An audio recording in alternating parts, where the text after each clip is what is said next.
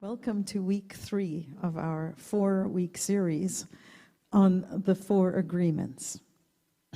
This is a book that was written by Don Miguel Ruiz, who comes from the background of the Toltec tradition in Mexico. And the very brief summary of this book is the idea that we are all living in a domesticated dream, a fog, if you will, where we have all been taught about how we should behave, what we should think, and in many ways, as a result of this, we have forgotten our innate joy, our innate vibrancy, as we have learned what's okay to do, what's expected to do, what's not okay to do, and what will get us in trouble. And the whole idea of the book is that we have, as children, grown up and bought into agreements that we've been taught so that we can get along in society. And we've been taught this by our parents, and they were taught by their grandparents, and by our society as a whole. And as time goes on, we have not only been taught these agreements, but we've bought into these agreements. And unconsciously, as well as consciously, we have now been, in his words, domesticated. We've been trained to do things a certain way and to think things a certain way, and sometimes what that's done is caused us to forget who we are, each one of us. And so part of this thinking is that in doing so, there's a part of each one of us that may be feeling like something's missing. That, is there more? Is this all that there is? I feel that there's this sense of dis-ease or disquiet. And what Miguel is suggesting in this book is that we break some of the agreements that we've made that have created this fog for us, that has landed us in what he considers hell on earth. This place of fear, of needing to do things the right way or we're going to get sent away, and moving into a place of heaven on earth where we can be free to express who we are, what we are, and therefore live a much more joy-filled life. And the idea is that we undo and break some of these unconscious agreements that we may have made and replace them with new ones. And it's really perfect that the daily word today was about release, because it's all about the idea of taking away what was and replacing it with something that's more energizing and more life-giving. Letting go of what no longer serves us and replacing it with something that is more joyful. And so there are 4 agreements that make up the bulk of this book. And the idea here is that these 4 agreements, if we can break our old agreements and replace them with these, that we will completely transform our outlook on life and our experience of life. And so week 1, we looked at be impeccable with your word. And the idea of being impeccable with your word is not just about the words that you speak, but that you also don't do anything that goes against yourself. That the word is the ability that we each have to create with the power of our ideas and our thoughts and our beliefs, as well as with our written and spoken word. And we looked at that at some depth, the idea of being impeccable, not doing anything that goes against ourselves. Last week, we looked at don't take anything personally, which was the second agreement. And that one, for many of us, is a real challenge, because when we have people saying things to us, it's sometimes hard not to internalize it. And when we're the ones saying something to someone else, sometimes we're straying into their lane. And so we spoke about 4 ideas there with don't take anything personally. And those were to allow other points of view, to be a funnel, not a sponge. That is, to observe things but not absorb them. And the third one was to control our own reactivity, and then to discern between whether or not we are engaging in dialogue or diatribe. That is, are we actually speaking and listening, or are we experiencing a one-sided conversation, also known as a rant? And so that's what we looked at last week.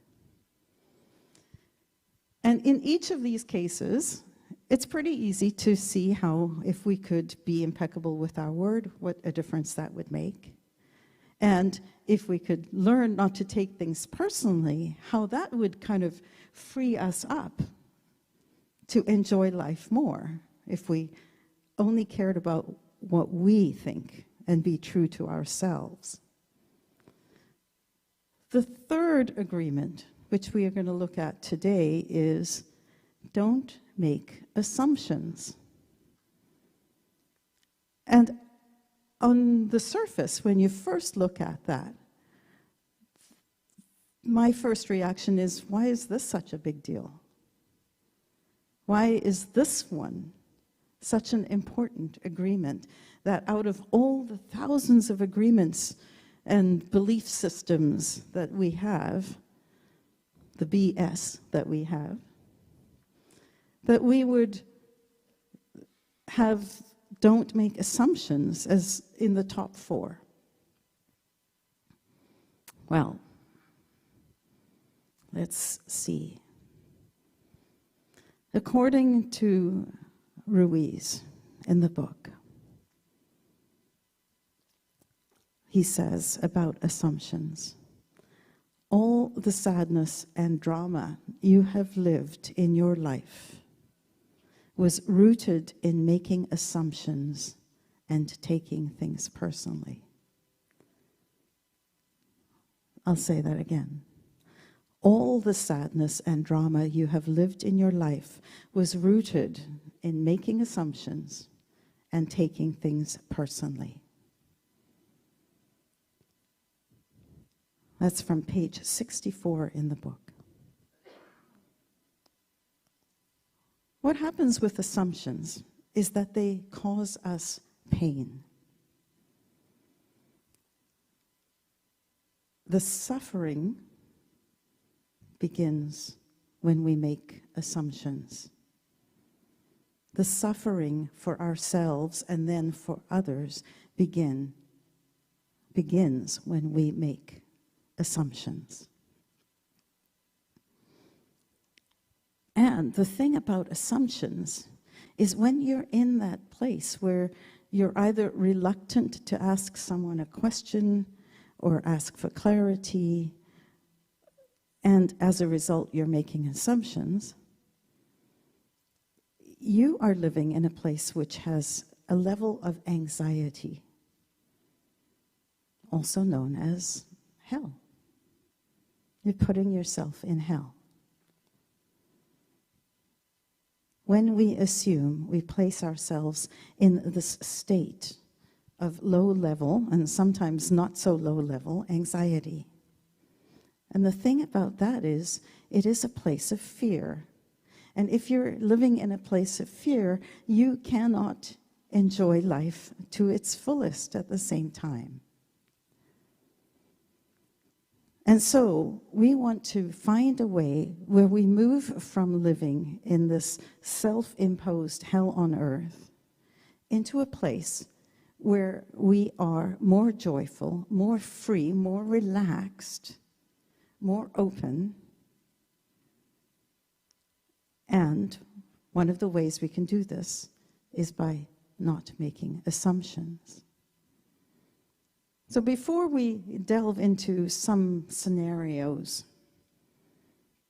I think it's worthwhile asking ourselves the question, why is it that we make assumptions?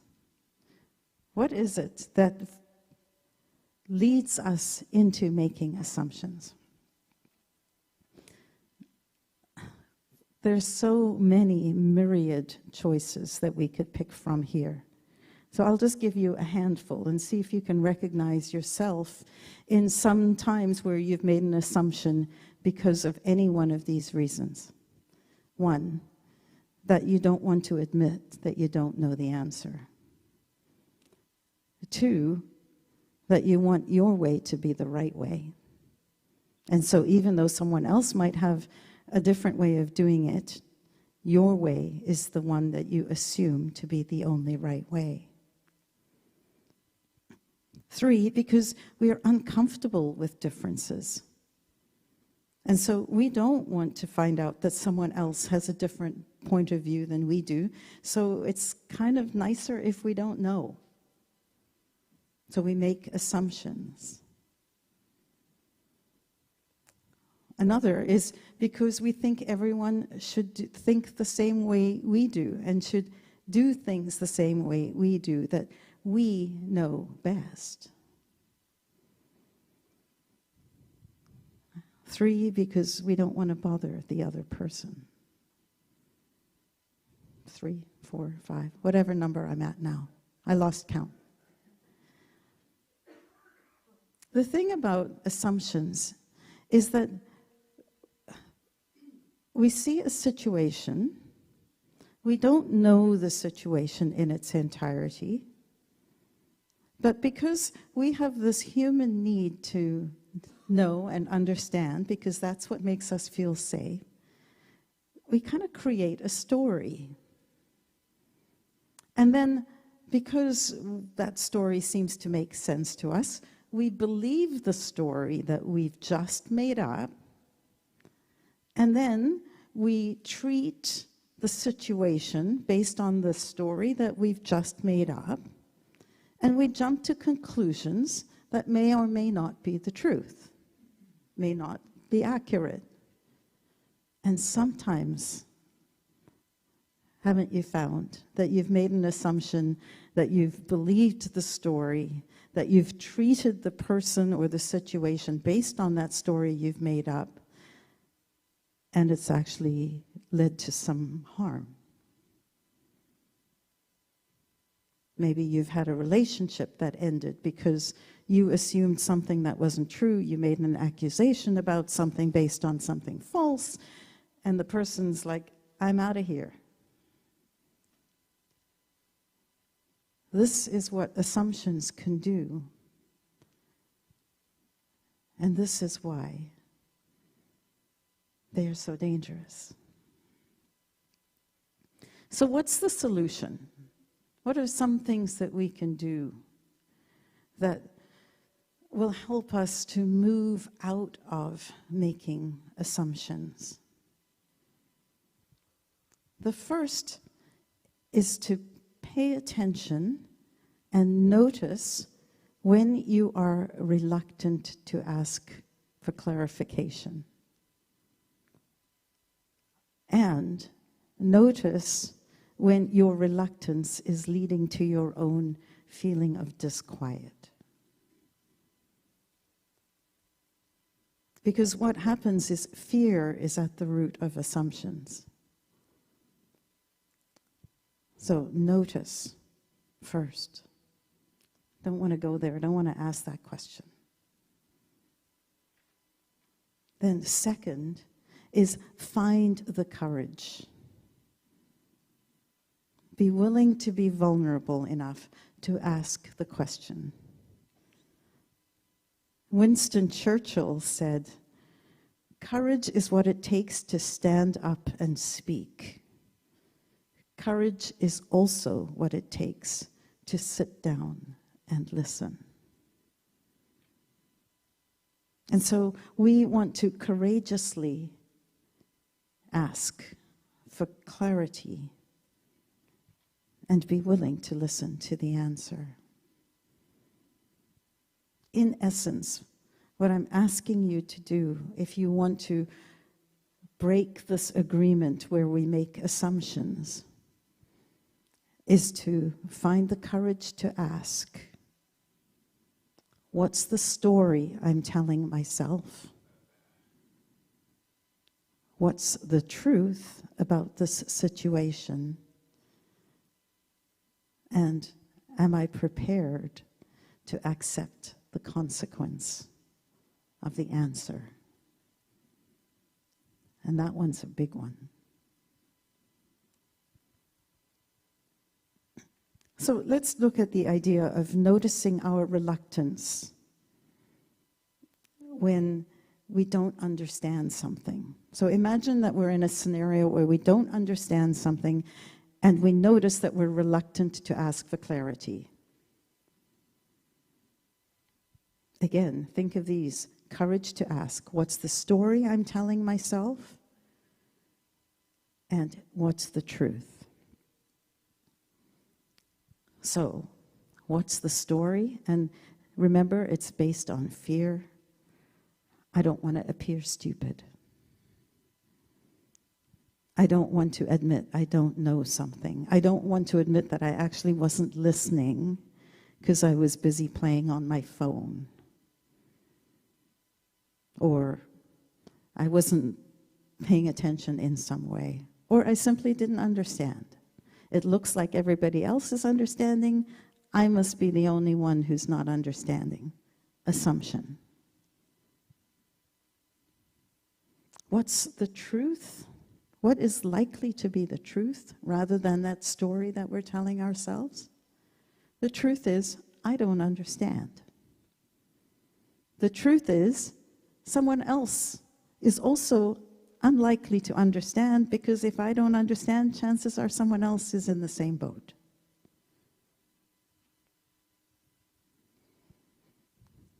Truth is, I don't know it. And what's the solution? To remember that I'm going to be impeccable with myself. I'm not going to do anything that goes against myself. And so me saying these things about I should know it, everybody else knows it, these are all stories that we're making up that are harming us. And so have the courage to ask. Be willing to be vulnerable. Hell is being too scared to ask and living in anxiety. Hell, I should know this already, I'm stupid, I'm not paying attention, everybody else is getting it, oh no, what are they going to think of me? Hell, hell, hell. Heaven, help me to understand. Tell me more. Can you explain this a different way? I care about this. I want to understand it better. I care about you. I want to understand you better. Tell me more.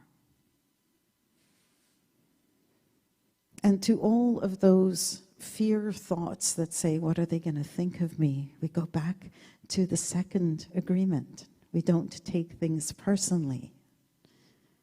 We remember that those that mind won't matter.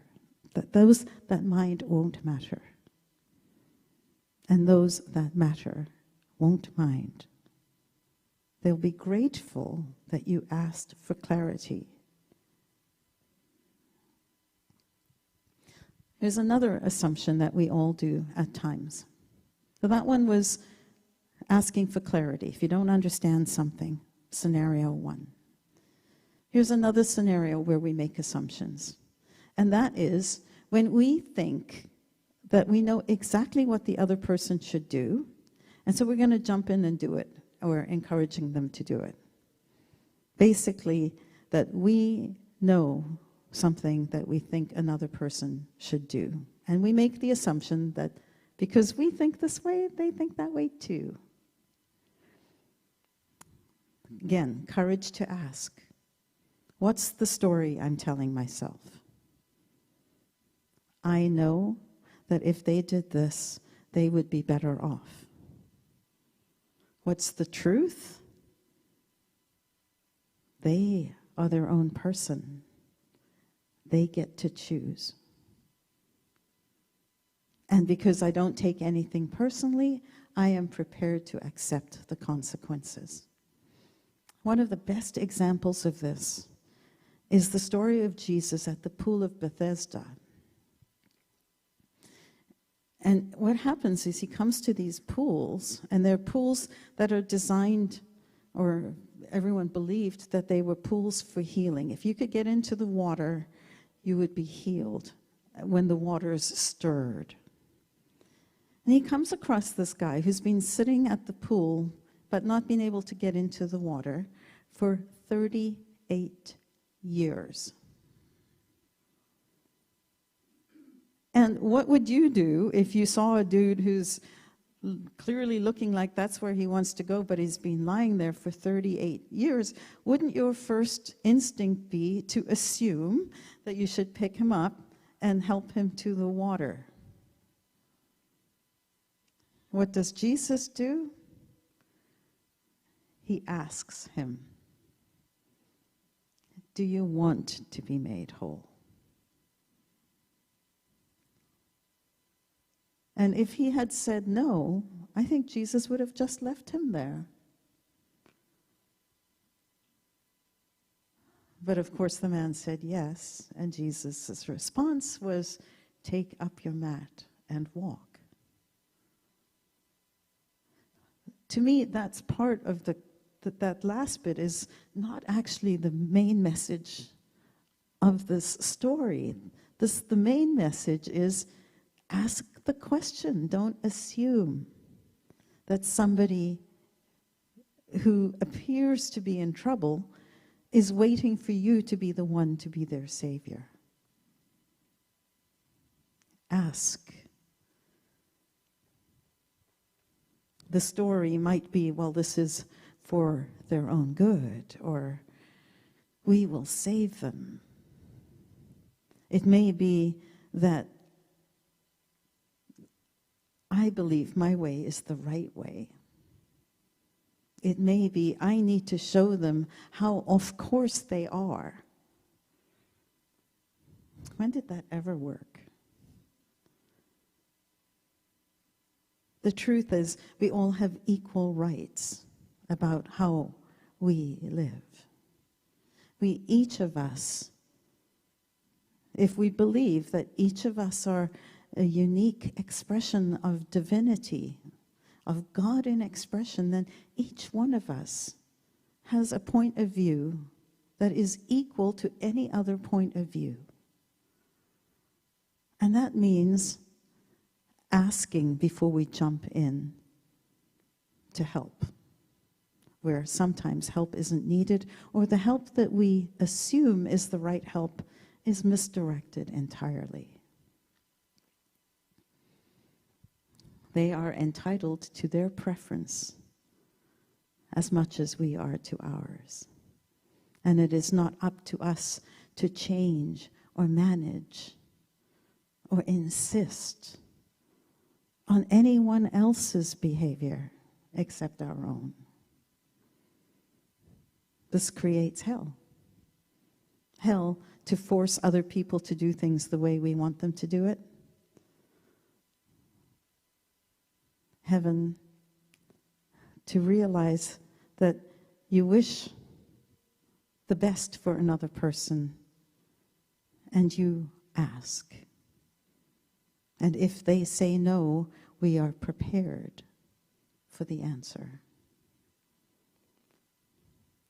And nowhere is this more noticeable than in our personal relationships. And I'm talking marriage and intimate partner, but also mother, brother, sister, nieces, children, in relationships.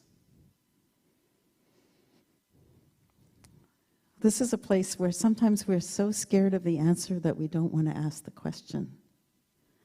There was a time a few years ago now that I chatted with a man who had just ended an 18-year marriage to his high school sweetheart.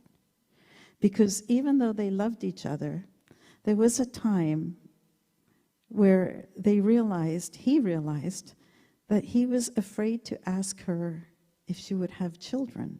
They had never had the conversation. And he longed for children. And when he finally gathered the courage to ask, she had the integrity to say, no, I'm not interested in having children. Then he had the integrity, impeccability, if you will, to say, I really want the chance to have children. And they ended the marriage.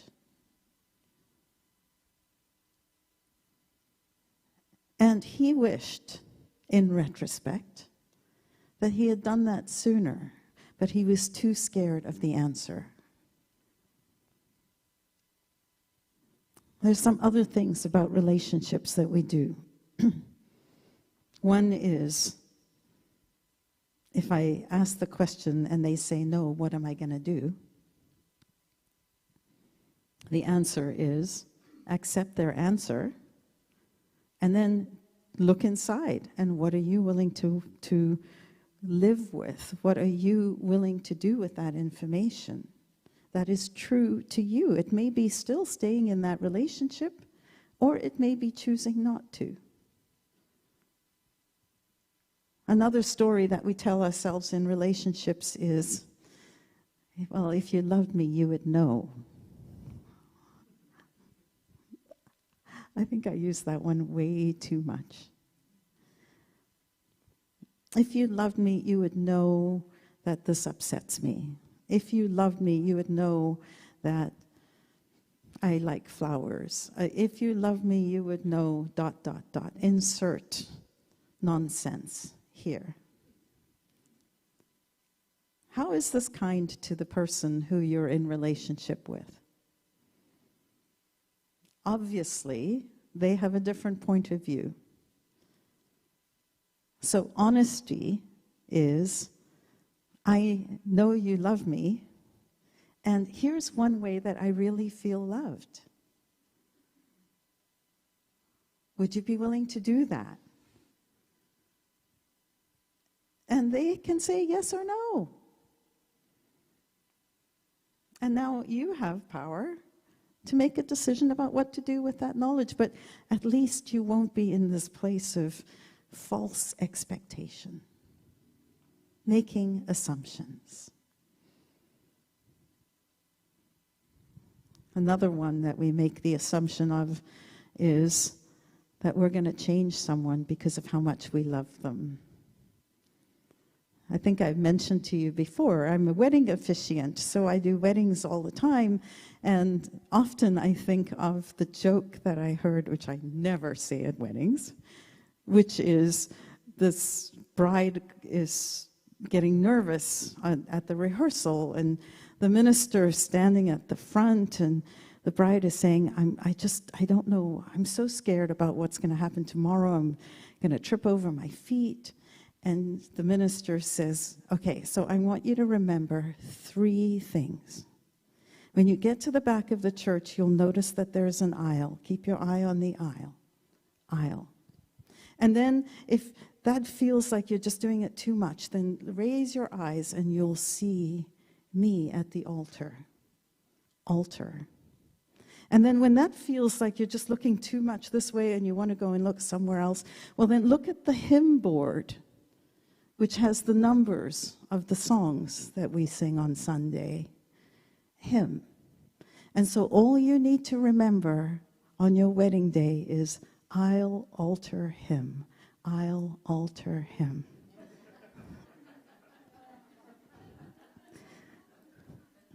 Don't do that.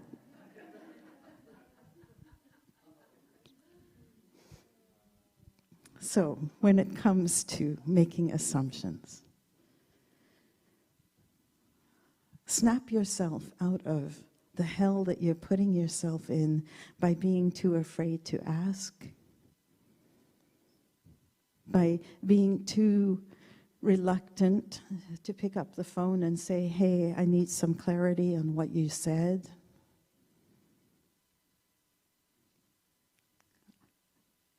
Have the courage to say, this is what I want. Are you willing to give that to me? Recognize that sometimes the answer will be no. And be grateful for that, because it's an honest answer. And that's still better than living in that low-level anxiety of not knowing. It's a more powerful position. Have the courage to ask. Is this a fear-based story, or even just a story? Can I find out the truth? And I am willing to hear the answer. In this way, we don't make assumptions. We break ourselves from that fear-based hell that we put ourselves in, and we free ourselves to be in this place of power, of empowerment, of clarity, of peace. Doesn't that sound like heaven? Don't make assumptions. I bless you.